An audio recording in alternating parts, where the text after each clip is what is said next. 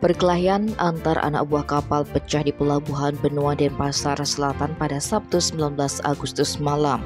Keributan tersebut terjadi tepat ketika polisi akan melaksanakan patroli Blue Light. Kapolsek Benoa Kompol Trijoko Widianto kala itu tengah memberikan pengarahan kepada personilnya dan instansi terkait yang tergabung dalam patroli tersebut. Namun tiba-tiba ia menerima laporan ada ABK yang berkelahi, tepatnya di Dermaga Barat Utara. Maka pihaknya langsung mengerahkan anggotanya ke lokasi tersebut dengan kesigapan personel patroli Blue Light Polsek Benoa untuk turun ke lapangan. Para ABK yang saat itu bertikai dapat cepat diamankan sehingga membuat suasana segera terkendali dan aman. Berikutnya para pelaku dibawa ke kantor Polsek Benoa untuk dimintai keterangan lebih lanjut oleh unit reskrim.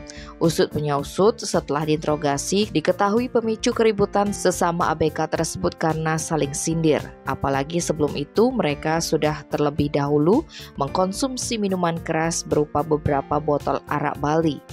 Alhasil emosi mereka sudah tersulut dan berujung perkelahian. Sayangnya Trijoko tak membeberkan identitas para ABK yang adu jotos tersebut. Selain itu, pelaku yang berkelahi tidak dibuatkan laporan untuk proses pidana.